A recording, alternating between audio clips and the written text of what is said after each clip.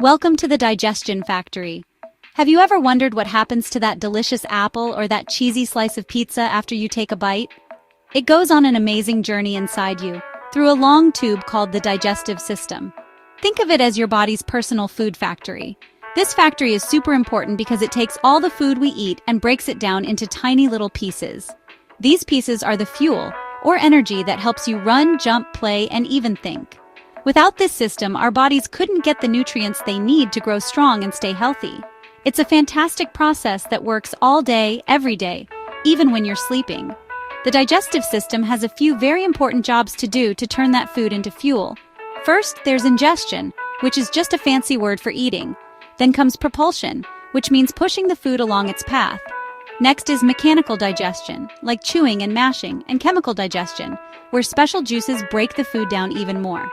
After that, we have absorption, where all the good stuff like vitamins and minerals gets soaked up by your body. Finally, there's elimination, which is how your body gets rid of the leftover waste parts that it can't use. It's a full-on assembly line of action. Our food's incredible journey begins in the mouth.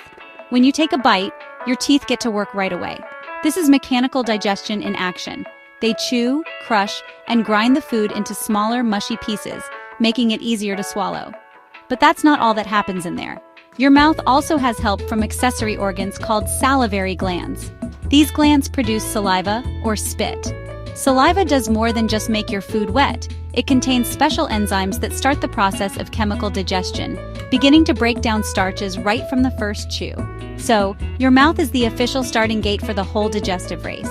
Once you've chewed your food into a soft, squishy ball called a bolus, it's ready for the next step. Your tongue helps by pushing this food ball to the back of your mouth, towards the pharynx. The pharynx is like a crossroads in your throat that leads to two different paths, one for air to go to your lungs and one for food to go to your stomach. A clever little flap called the epiglottis acts like a traffic cop. When you swallow, it quickly covers the opening to your windpipe, making sure the food goes down the right tube, which is the esophagus. It's an automatic split-second action that keeps our food and air going where they're supposed to. Now that your food has passed the pharynx, it enters the esophagus. The esophagus isn't just a simple tube, it's a muscular slide that connects your throat to your stomach. It doesn't rely on gravity to work, which is why you can still swallow even if you're hanging upside down, though we don't recommend trying it. The muscles in the walls of the esophagus squeeze in a special wavy motion, a bit like squeezing toothpaste out of a tube. This wave of muscle contractions is called peristalsis, and it carefully pushes the food bolus down on its journey towards your stomach, ensuring a safe and steady trip. After its 10-second slide down the esophagus, the food reaches the entrance to the stomach. The stomach is a J-shaped muscular bag that acts like a blender. When the food arrives, the stomach walls get to work, churning and mashing the food around. This is another form of mechanical digestion, mixing everything together into a thick, soupy liquid. The stomach is a powerhouse of digestion, designed to hold onto food for a few hours and break it down with all its might, preparing it for the next and most important stage of its journey through your body's amazing internal factory. But the stomach doesn't just mash things up, it also uses powerful chemicals. The walls of your stomach produce very strong acids and enzymes, which are special proteins that speed up chemical reactions. These gastric juices are incredibly effective at chemical digestion, breaking down proteins from foods like meat, eggs, and beans. The strong acid also helps to kill most of the harmful bacteria that might have been on your food, protecting you from getting sick. This acidic, soupy mixture of partially digested food is now called chyme, and it's almost ready to move on from the stomach. After spending about 2 to 4 hours being churned and mixed in the stomach, the chyme is ready for the next part of its adventure. A muscular valve at the bottom of the stomach called the pyloric sphincter opens up just a little bit at a time. It squirts the chyme out of the stomach and into the first part of the small intestine. This slow and steady release is very important. It ensures that the small intestine doesn't get overwhelmed with too much food at once, allowing it to do its job of absorbing nutrients properly and efficiently. The stomach has done its part, and now the real nutrient-absorbing action can begin.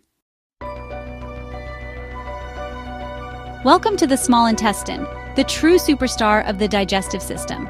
Even though it's called small, it's actually a very long coiled tube, about 22 feet long in an adult. This is where most of the chemical digestion and almost all of the nutrient absorption happens. The journey through the small intestine is the longest part of the food's trip.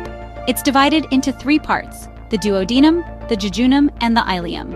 As the chyme enters the first section, the duodenum, it gets mixed with more digestive juices from some very important helper organs. These organs are essential for the final breakdown of our food. Here's where the accessory organs really shine. Your pancreas, which is a gland located behind the stomach, sends powerful enzymes into the duodenum. These enzymes are experts at breaking down all types of food carbohydrates, proteins, and fats. At the same time, your liver, the largest internal organ, produces a greenish liquid called bile. Bile is stored in a small pouch called the gallbladder. When fats enter the duodenum, the gallbladder squeezes bile into the small intestine. Bile works like dish soap on greasy water. It breaks up large fat globules into tiny droplets, making it much easier for the pancreatic enzymes to digest them completely. As the chyme, now mixed with bile and pancreatic juices, moves into the next parts of the small intestine, the jejunum and ileum, the final absorption takes place.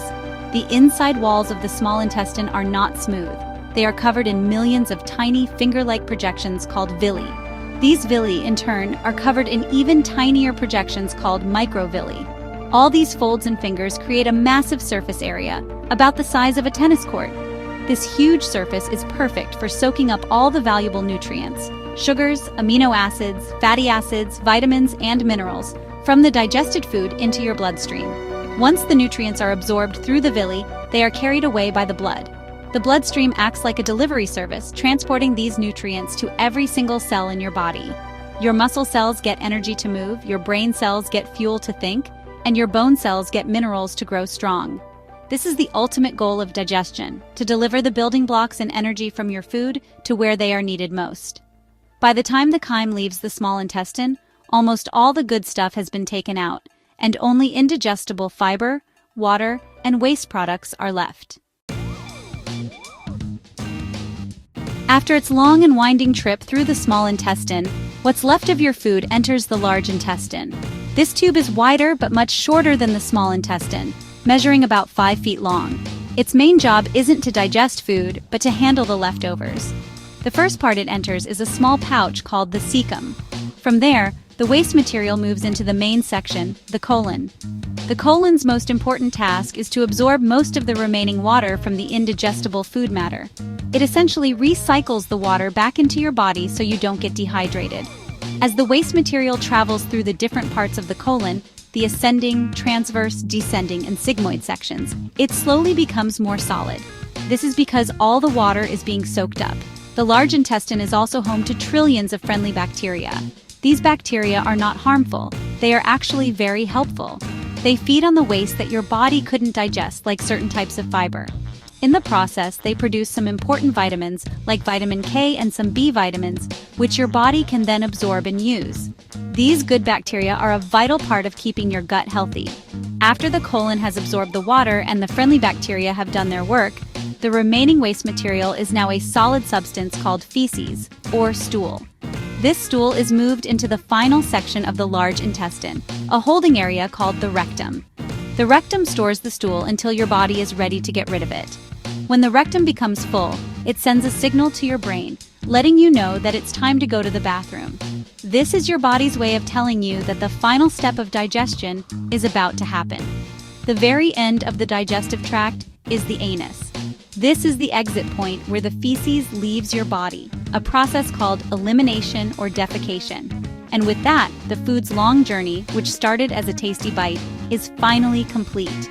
It has traveled about 30 feet, been mashed, mixed with chemicals, and had all its nutrients absorbed to fuel your body.